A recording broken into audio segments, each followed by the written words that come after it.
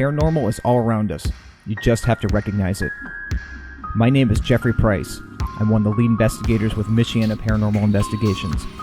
I have been a police officer in northern Indiana since 2007. In 2012, myself and one of our former police dispatchers, Liz Brownbridge, discovered that we had one common interest, and that was the paranormal. We decided to form a local paranormal group in north central Indiana that could help clients that were reporting claims of paranormal activity. Since 2012, our group has grown to over 15 members and includes senior investigators, historians, investigators with various experience, psychics, and video and audio technicians. Since we started, our team has traveled around the area in search of some of the most haunted locations with the same goal in mind on every investigation: helping people. In 2015, our team started conducting paranormal workshops and presentations, teaching the community on how to use and understand equipment and various techniques.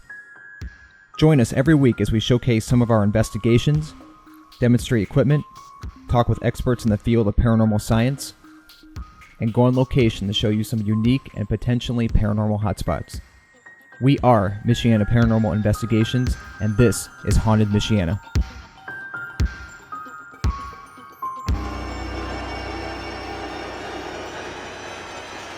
Hello, and welcome back to another episode of Haunted Michiana with Michiana Paranormal Investigations. My name is Jeff Price. I'm one of the lead investigator and co-founders of the group. We're here with our great team of experts and our paranormal panel, along with a few of our other team members, and on our production side. And this is actually going to be our second part of what we call questions from a hat. Even though we don't have a hat, it's actually coming from a box. But we're asking questions, and who knew we had so many followers from all over the U.S. We're combing through some of our questions that our followers have asked us, and we've actually picked out some of the best questions, thrown them into a little box, and we're mixing them up. And we have people that from our team that are asking us questions. So if you have a question you want to ask us, feel free to send us a message via Facebook, Twitter, YouTube, anything you can possibly think of, to email, of course, and we will do our best to get back with you as soon as we can on that. But continuing on here, I'm just going to go ahead and reintroduce the members of our group here, just so you're familiar if this is your first time watching and who's on our member of our group. So. I'm Rob Wisniewski. I'm the historian and senior investigator for Michiana Paranormal. And I'm Liz Brownbridge. I'm co-founder and lead investigator. I'm Dustin Livers, and I'm the psychic medium of our group. I'm Mandy Melton, an investigator. Rachel Higbee, investigator. So this is our panel. This is the group that we're going to be answering our questions from. But on the other side of the aisle here, we have two of our lovely members of the group here who will be answering our questions. If you guys would like to introduce yourselves. Absolutely. Hi, I'm Sarah Jackson. I am one of the producers of the show on YouTube and here on the local cable access. And with me is Melody Wisniewski. I am senior investigator, treasurer, secretary, and whatever else they ask me to do. She's mom and she's awesome. So the thing is about these questions is that none of our group knows what's coming. I feel like I neglected to say that last time, and you should know they're being blindsided with these just like you are. So let's roll into it. Casey from Mishawaka asks, what happens when you go to someone's house and you feel threatened? Has that ever happened? That's happened one time, actually, in a house in Elkhart. We didn't really know what was going on at the time. We had gotten some evidence. Actually, I had actually gotten some evidence the first time we were there. The first time we were there, we did the investigation, reviewing the evidence. I actually had a voice that came over and said, "Get out." So we knew that it was kind of what do you call? Bad situation. It was a bad situation, but Scary. yeah, it Dark was, entity. Right. So we actually brought back next time a psychic medium with us, and the first time we took him there, we had to leave right away because he told us we were not ready, and then we had to end up going back a third time. Yeah, they weren't ready for us. Yeah. You Well, know, they weren't ready. We weren't No. ready. It was. But we've never heard anything back from them, and I No. think that what we had done had taken care of the problem. So, but yeah, we have run into that. Well, I don't know what it is about Elkhart, but I did an investigation in Elkhart too. But mine didn't actually come from a spirit in the house, but actually the woman that asked us to come. And when we asked her, what's going on? Do you cleanse the energy? She was very cut and dry, like, no, I don't do that. And I said, well, do you try smudging? And she says, no, I don't believe in smudging. Just very direct, did not want anything to do. And I felt like I wasn't really welcome actually in the home. I wasn't sure if she was ready for a medium to come in. But that was my experience. But Wow. yeah, Elkhart's an interesting place. It has been. Mm-hmm. Any others? I think we're good. Something from the bottom. Okay. Lauren from South Bend wants to know, what is the funniest thing you've ever seen on an investigation? I gotta get started. Oh on boy. that one. Well, I think we need to keep this family friendly. We were doing Highland Cemetery. 4 of us. How many were with us that night? I think about 4. 4 or 5, and we were dodging a car coming into the cemetery. And we were going around a tree, and it was like 1, 2, 3. Everybody's like going around the tree, and then all of a sudden, like 2 people disappeared. They fell on the ground. It was so funny. The EVP playback of that was hilarious. Oh my god! Where's the? Oh, you're done there. Misty's like, "Are you okay?" So funny. Like everybody's like, all of a sudden they were just gone. I'm like, "Where did they go?" Oh, they're on the ground. They fell over like a tree trunk. It was so funny. Wow. So funny. And the taping at Corby's. Oh, yeah. I don't remember that. Of course you don't remember I that. edited that. He says, I remember that. No, I don't. Oh, yeah, you were bringing the bottle and the glass up the stairs. You remember? And Matt was filming. And you, Oh, yeah. You realize when you're doing the investigation and you're actually doing your filming, that when you're filming a scene, yeah. We'll have to put it on the blooper reel at some point. But yeah, I kept coming in and out of a scene when we were trying to film it, and I got yelled at a couple times. he had an empty bottle and a shot glass in his hand, which was what made it really, really funny. Not that he had been drinking on the investigation, but it was part of it. And coming down the There were stairs. stairs involved, and Yeah. cameras, and laughing, and it was, blooper reel. I'm with you. But that's the one thing I'll say is, when we do an investigation, it's you're serious and everything. You have to have an element of fun with it. You have to relax and just kind of be yourself, because if you don't, then it can make for a long night. But you have to have the funny moments. I mean, those are the moments you look back and remember years later of, I remember that. I remember when we went out and did that. And It gets you out of the seriousness of the situation and kind of brings you back and calms you down a little bit. I actually can share. I will share tonight. I don't think I've told anybody except you, my husband.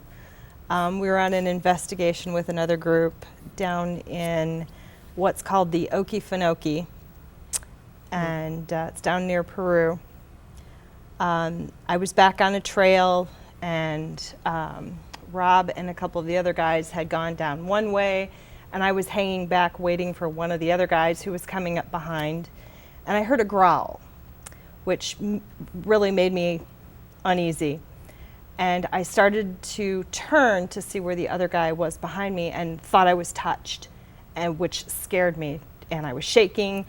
And as I started to turn back around, I realized that I hit myself with my purse. Whoops. I do have. I was out with a couple of other investigators this one time at a remote cemetery in the middle of nowhere, and we all thought we saw like a white mist. So everybody's grabbing their cameras, their recorders, we're trying to track it down, and then we heard some kind of huffing noises. We're like, did anybody get that? Anybody rolling? And as we got closer, we realized that there was a cow there, and we all get there and it starts peeing, and we're like, thanks. Nice. Yeah, and I guess along with the animal thing is we were actually out at the International Circus Hall of Fame in Peru, Indiana, and we were doing an EVP session in the middle of where the museum area is. And all of a sudden, it's like the side of the building was falling off, and then there was all this growling, and it was, oh my God, what's going on? What's going on? There were a couple of raccoons in the rafters that were fighting. Oh, I forgot about that. So that was actually really exciting. But yeah, you have to have fun with it. And Oh, yeah. But good question. Dustin, do you have a funny one you want to share? Okay. All right, let's see. What does the Post-it hold? Chris from Mishawaka asks, do you really believe in this stuff? Absolutely. I lived in a haunted house for 5 years, so yeah. I'm not a skeptic. I saw it, lived it. See, sorry, Liz, I'm gonna have to. Yeah. But that's one thing. I've said this over and over again. That's unique about our group is, we all have different experiences. I've still never had what I would think is a ghost, but I am a skeptic, but I keep an open mind. But there's things where we've been on an investigation where I've seen things and I've heard things that you really can't explain. But I'm hard pressed to label it as a ghost or anything. But it's what makes us unique is we all have the different experiences and everything to kind of relate to that. Yeah, I'm with that. I was a pretty big skeptic until I joined this group, but some of the things I've seen, some of the things I've heard, I'm probably still a little bit skeptic, but I'm leaning more towards being a little bit more of a believer that there's actually something, I don't know what. Something that we cannot explain. Something that we cannot explain. There's other, different levels, but there's something else. Dustin? I mean, it shouldn't come as a surprise. I'm an absolute believer. I'd also be out of a job if I wasn't. But anyway, no, I mean, I do believe that there is life after death, and I definitely think that we still have our free will when we cross over. And I think that if somebody was alive and then did indeed die, that they could, if they wanted, haunt any place they wanted. I don't think someone's going to come down and be like, you need to get out of here, you can't do this. I really think that, they really could. They could still be here and with us. So I'm a definite believer. Definite believer. Experiences as young as 18 months until recently, probably just 2 weeks ago. So yes, definitely a big time believer. And it's good having a well-rounded group, though, the skeptics and the non-believers and the super believers and the psychics and all that, because then you get, somebody has an experience and you have a skeptic right next to you and it just happened and they can't explain it, then that makes them a little bit more going towards the believing side for sure. And I think for the skeptics, too, it's interesting to have that back and forth and, okay, well, let's come up with this experiment to see if we can recreate this sound or this growl, or how about we, do a little more investigating maybe around the foundation of the property, something like that. So that kind of, instead of saying, no, you have to believe this, and or no, that's really, the whole debunking, but it also comes up to the, having the conversation, keeping it open, both people, the believers and the skeptics, having an open mind and listening to each other. And that's what makes this group different. So we have our, we have our own way of thinking. Yep. And We nobody, agree and to nobody's disagree. right, and nobody's wrong. So The questions are good.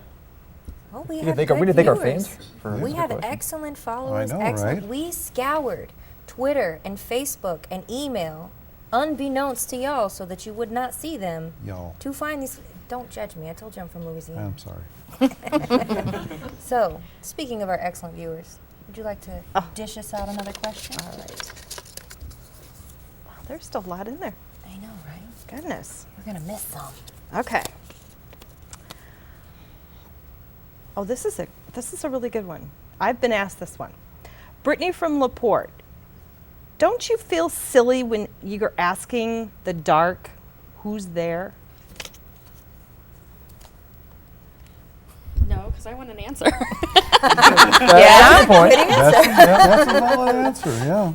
I mean, if something says responds back, then well, it's an aha moment. But I think it it goes into the whole thrill of going out and the adrenaline and kind of kicking in and everything. And Yeah, what if you get an answer? And I think a few of us have gotten answers Yeah. on occasion. So if you don't ask, I have a follow-up question to that. mhm. Why do you only investigate in the dark? Or do you investigate at other times? And why? I have to answer this one. You have the mic. remember, this is Melody from Mishawaka asking this question. Melody from Mishawaka. The answer is, well, for me, I would prefer to do it in the dark just because you're more in tune. You're closing out your other senses, and you're really opening yourself up more. Yeah, It really helps. good point. And so opposed to doing it during the day, but you also have your active hours too between 12 and 3 a.m., which is when everything seems to be more active. And I've had, well, just as far as activity, it usually does start picking up when it gets later and darker. Well, and also during the day, you have traffic noise, you have humans, you have airplanes go over at night too, but there's so much more noise, it's hard to pick out what's what. And I think it's easier too if there is a mist or a shadow. Sometimes it's a lot easier to see it at night, especially if you have a flashlight. You see the movement in front of it, as opposed to in the daytime. There's too much ambient light that distracts you. Good question. I think it also kind of sets the mood. I mean, there's Ambiance. something Yep, about doing an yep. investigation at night that it's like, it really gets you. You're in the moment, you're fully present, you're Yeah. there. Mhm. And that's true. what I really like about it. That's true. It could be like a mindset thing. That's part of the idea behind the belief and the energy work is that you have to be fully present in it. And if putting yourself in the candlelight, organ music kind of mindset is what gets you there, then that's what gets you present, and that's what will help the investigations. That's I never thought about it that way. Absolutely. Our last investigation was, 8 o'clock at night? And we had plenty of evidence with that one during the day. It was like from, 8 to 9? Yeah. 7 to 8, something like that. And we had 3 or 4 EVPs and had a spirit die session and got quite a good responses just with it being during the day. So Yeah. at night there would be very interesting. Cool. But I mean, there's absolutely nothing wrong with doing an investigation at 12 o'clock in the afternoon, though. There's we've done a couple during the day when, unfortunately, where you're trying to get to, that's only hours that they're available to, due to businesses or their people's personal life or schedules. That it's you kind of fit in when you can. But most of the time, most of ours are going to be at night. But I think I have to go along with what Dustin said. It's you put yourself in that mood of the dark. You kind of get your mindset there. Kind of like some people like before, that play sports. Like when I was when I played sports in high school. Before a meet or something, and always listen to my headphones. Get you in that mindset, that mentality of getting ready and being in that atmosphere. I think really kind of puts you there too. But also, I think when you go into an investigation, it's also good to not know too much about the Right. location, because Agreed, if you go into a house and you people are hearing something, or especially at night or anything, every little noise and every little creak of a door you hear, you're going to assume, oh, it's a ghost, or it's paranormal. So you always want to kind of keep an open mind when you go somewhere, unless Keep the bias away. right. And definitely at night, that's going to heighten that, Yeah. because I think everyone has a little fear of the dark, in some, in some aspect, and I have to sleep with, like a TV on or something at night, even. There you go. Well, it's because I you don't know like the what's dark. out there. Right. Yeah. I understand. And a nightlight. Let's swing into another question, Mr. Nightlight. Hey, there's nothing wrong with the nightlight. Hey, Nothing. I did not judge the Nightlight. I just called you Mr. Nightlight. All right. Ling from Notre Dame. Got a Notre Dame student. Would you ever investigate your own house? If not, why? Nope. Nope. Never. Nope. Nope. Never. Yes, I have. You would. You're the exception. I know. I'm sorry. There's, if, you know, I'm the exception. you know, Of course I well, am. well, like if I go into my house and I mean, you know, the story is, you know, my grandfather, you know, raised me since I was a kid, and you know, he passed away a few years ago, and he was always spending time in the laundry room. And when I started renovating the house a few years ago, you know, I'm always still drawn at this point to the laundry room, you know, and I don't see anything, I don't hear anything, but it's kind of like that sixth sense of you feel something. But if I was ever to find something in my own house, I think I would just freak out and have a heart attack. I don't think, you know, if there is, there is, and there's not, there's not. But you know, I don't know. I go up my basement stairs like this. Well, and also your home is your safe place. That's where we Right, go home exactly. after an Mhm. investigation Yeah. and relax and let our guards down. We really don't want to Right. know if there's anything in there that shouldn't be. You know, that would kind of ruin our safe haven. You know. I agree with you. I would not want to investigate my own house. I want it to feel as calm and just, I don't want to know what bumps in my house. It's one of Agreed. your animals. Yeah, Absolutely. Yep, it's my dog. Okay. Well, I think we have time for one more question. One more, Mel? All right. Let's hope it's a yes or no. Well, first off, it's going to take me a while to figure out how to open it. Find a post-it. Who glued these things? Post-it. Okay. John from Niles. Oh, and this is perfect because this leads right into where you guys were just going. Aren't you afraid something will follow you home? And on a creepy note, I like it. I don't know. I'm not. I mean, you hear stories of it, but you know, I think if you do the proper things beforehand to kind of, Before and after. after. Yeah. mhm. Yeah. I think. Opening prayer, closing prayer. Right. I get this question a lot in my work. Whenever I'm channeling somebody for a client, they always ask me, do they stay with you? Are they then in the house? You know, how do you get them out? And I always explain to them, no, I just tap in and then they're with you. They're not with me. So they're not going to stay in my house. You know, but on an investigation, it's the same, the opening, closing prayer. And then I always imagine a white light around myself to protect myself so that nothing will harm me or follow me. All right, lightning round. One more quick question. One more? One more quick question. Let's see if One I can quick one. fight the post-it. Make it a yes or a no. Mike from Elkhart. That's not a yes or no. How did you get into this in one word? Ooh. In one word. In one word, how did you get into this? challenge? Invited. Invited. Ghostbusters. Fair. I said childhood. Okay. Hey, One word. childhood. Paranormal. Actually, daughters. Experience. Rob. You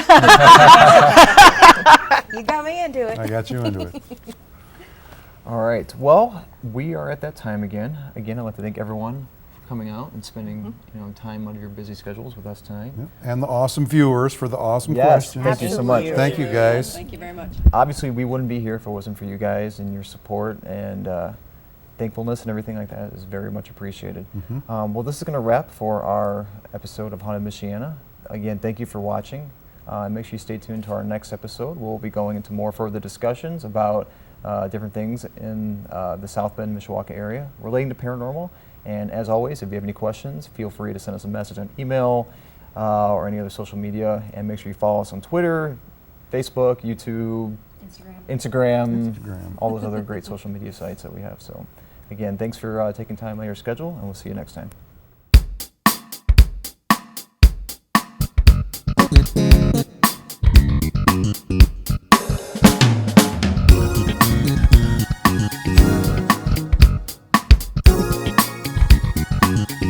Michiana and beyond.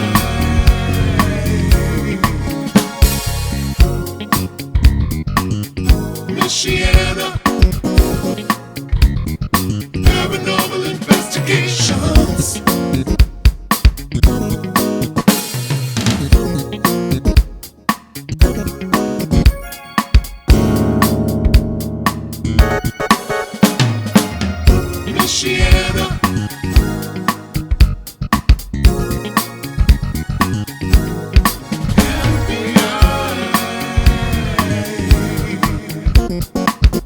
Michiana. Paranormal investigations.